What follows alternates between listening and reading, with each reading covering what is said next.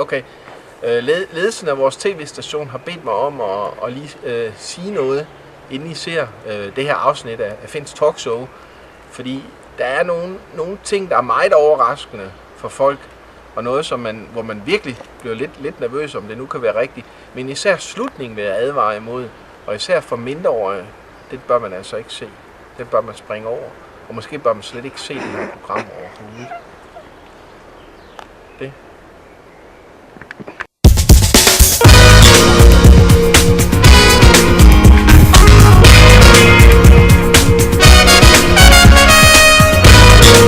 Ding dong dong ding dong ding dong dong. Ja, velkommen til Finns talkshow, hvor verden må nynne sin egen jingle. Sådan er det. Det er low budget. Men velkommen til alle jer ser derude, og velkommen til kameramanden, som står der. Og i aften vil vi, eller her i eftermiddag, vil vi præsentere en række gæster, som jeg vil stille nogle spørgsmål og vil have en samtale. Og den første gæst, vi har, vi springer direkte ud i det. Han kommer fra USA, og han har på meget kort tid lært sig selv at tale dansk, faktisk på 2 døgn. Så vi siger velkommen til Obama. Jeg synes, det var fantastisk, at du har lært at tale dansk på 2 døgn. Hvordan gjorde du det? It was very easy.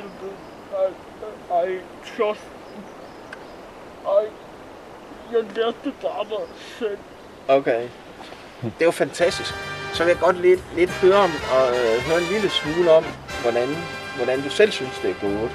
Synes du, det er gået godt i din præsidentperiode her de sidste 7 år? Nej. Det er gået forfærdeligt. Okay. Jeg troede, der var nogle ting, du var glad for. Som for eksempel den nye aftale med Irak omkring atomnedrustning og sådan noget. Er det ikke meget godt? Eller er du ikke glad for det? Nej, det går af helvede til. Men jeg kan godt forstå med dit våbenlov, fordi jeg ved, du har forsøgt at genindføre våbenloven til amendment nummer 4 til Constitution. Men jeg ved også godt, at du ikke har haft nogen succes. Så de skyder stadigvæk som gale. I er jo cowboyer i USA, er I ikke? Nej.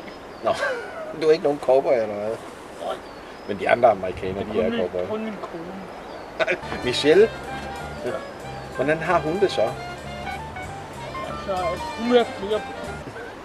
Med dig eller med en anden? Med en anden. Hvem er det? Hvem er den anden? Det er Clint Eastwood. Clint Eastwood? Okay. Det er en gammel skuespiller, ikke også? Okay. Hvor har hun mødt Clint Eastwood henne? Danmark. I Danmark? Hvorfor kan hun godt lide Clint Eastwood? Det forstår jeg ikke. Det er ikke bare, at hun bare vil være kærester med en, der har en anden hudfarve. Hvad vil du så gøre? Vil du så også finde en anden kæreste? Nej, jeg prøver stadig at have sex med hende, men hun vil bare ikke. Okay. Hvad bruger hun så på undskyldning? Siger hun bare nej, eller? Hun siger bare, jeg er til hvide, ikke til barnager. Okay. Ja, mange tak. Det synes jeg var noget af en afsløring nu her på lokalt eller nationalt dansk tv, eller hvad det nu er. Og jeg er sikker på, at vi kommer til at høre mere om den historie senere. Men nu, inden vi lige siger farvel til dig, Obama, så vil jeg gerne lige høre, når du nu er færdig som præsident, og du kan jo kun sidde 8 år i alt, hvad skal du så lave bagefter, når du ikke skal være præsident for USA længere? Ja, så skal jeg bare betale til en masse kvinder for at få børn. Okay, jamen det var jo meget interessant. Har du allerede et navn på den første kvinde, du skal betale? Ja.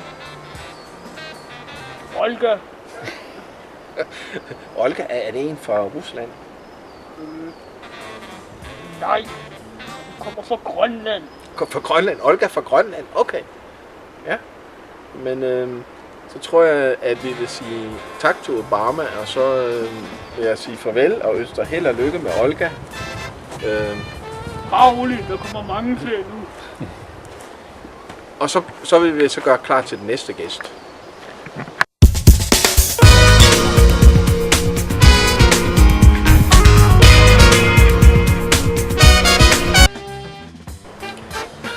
velkommen tilbage, og så vil jeg byde velkommen til en ny og meget overraskende gæst faktisk, også for mig selv, fordi at, det er jo sådan, jeg troede jo faktisk, at du døde for mange år siden, Dan.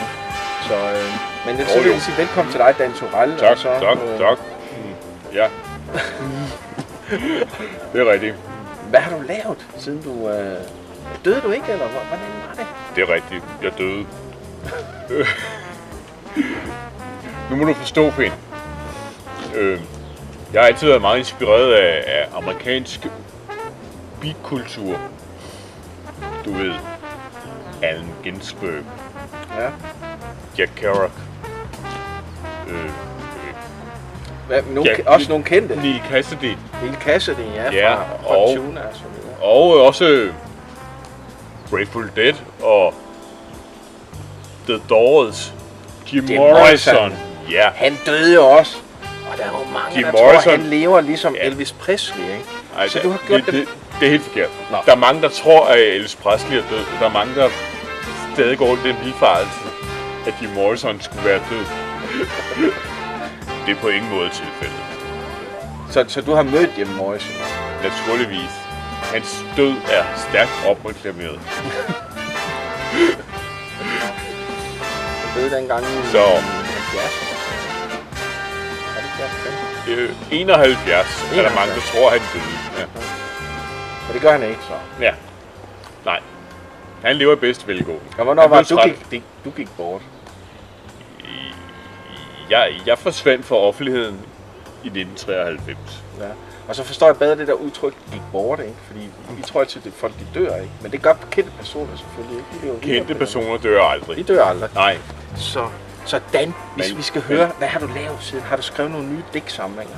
Jeg husker jo for eksempel Vangede, altså jeg husker den roman eller novellesamling, eller hvad det er, der hed Vangede Billeder, den har jeg jo læst. Som er jo sådan, handler om Vangede og biografen i Vangede og så videre og så videre. Og turen til... Ja, vangede billeder. Ja, altså jeg boede i kollektiv. Og der var en kvinde, jeg gik hendes navn. Vi havde gået i skole sammen. Og hun sad og talte løs om de her skoleminder. Så jeg satte mig egentlig bare hen til skrivemaskinen og skrev, mens hun snakkede. Så sendte hende ind til forlaget. Der var en redaktør, der byttede lidt om på teksten. Og pludselig en dag kom jeg gående på gaden, ned af Vangede Hovedgade, og kiggede ind af boghandlerens vindue. Så stod der Dan Turell Vangede Billeder. Ja, jeg havde glemt alt om det. Jeg havde taget LSD. Jeg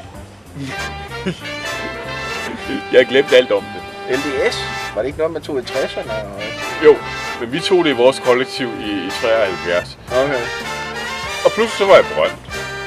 Jeg har ingenting gjort. Pludselig var jeg berømt. Og så var jeg Vangede Billeder. Jeg kunne jo slet ikke huske noget om Vangede Billeder. Jeg kan huske, at jeg har læst det. Men jeg kommer i tanke om en anden forfatter, der også er død for nylig. Eller i hvert fald påstås at være død.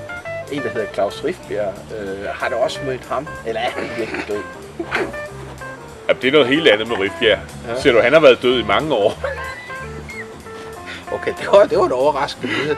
Jeg troede, han døde her i foråret. Nej, det er en fejl. Det er en avis. Klaus Rifbjerg er en social konstruktion. Han har ikke været levende siden engang i 60'erne. Okay. Han lavede en film, der hed Weekend. Og så var vi på trip sammen. Og så blev han kunne ikke tåle LSD. Så de puttede ham væk. Han er væk. Og så fik de en anden til at lade som han var Rifbjerg. Så Rifbjerg, han er død. Han er helt død. Så kommer det... Han er jo ikke dårlig forfatter. Ja, men jeg kan huske, på gymnasiet, der var vi alle sammen tvunget til at læse sådan en roman, ikke? Jeg tror næsten alle serierne ved, hvad det er for en roman, jeg snakker om. Det er for meget! Det er for meget! Pludselig er det for meget! Man bliver tvunget til at læse den kroniske uskyld. Det gør vi alle sammen. Og så kan man ikke klare det mere. Man tager sit penalkus, kaster efter læreren, eller tager en lommekniv og snitter sin sidekammerat i armen. Ikke fordi man har noget mod sidekammeraten, men fordi man bliver tvunget til at læse det lort. Er det dit nye digt, eller er det noget, du virkelig mener? Det er min holdning. Okay, men så det store spørgsmål, det sidste spørgsmål, jeg gerne vil stille til dig, Dan. Hvem skrev egentlig den kroniske udskyld, hvis det ikke var Claus Riskbjerg? Hvem gjorde det? Var det dig? Nu er jeg forvirret. Har jeg sagt noget om, at han ikke har skrevet den kroniske udskyld? Okay. Men jeg Det troede... taler om manglede billeder. Det er dig, der ikke har skrevet mange billeder, Ja. som jeg troede. Ja, jeg skrev ikke manglede billeder. Nej. Skrev du sådan en kronisk udskyld? Nej. Okay. Jeg har aldrig skrevet sådan noget lort. Du kunne da ikke drømme om. Sig mig, hvad indstiller du mig for? Du er da helt... Hvad? Sidder du og hvad, slår hvad er der verden? foregået her? Her fingerer man sin egen død for at få lidt fred om ørerne, og så kommer man tilbage 22 år efter. Og så bliver man beskyldt på at have skrevet den kroniske uskyld. Hej. Okay, Hvor herre bevares. så må det altså stadigvæk være Claus Riskbjerg, der skal. Så vil jeg sige mange tak, Dan, fordi du kom Det var her sødt. i dag. Og så ønsker jeg dig held og lykke fremover med dine skriverier, eller hvad du nu skal lave. Tak. Og til seerne vil jeg så sige, det var jo mig. Der kom også nogle overraskende ting frem, som faktisk også, jeg tror, der kom noget mere frem i medierne siden hen, ikke? Så, og så... Jeg har sagt farvel til dig. Jeg vil lige spørge om noget. Det er mig, der Hvad laver du med? Det er mig, der stiller spørgsmålene. Det er mit talkshow. Jeg har et spørgsmål mere. Okay. Må jeg gerne få børn med dig? Jeg skal have sat en lynlås med en livmoder i min mave. Altså. Nu går jeg.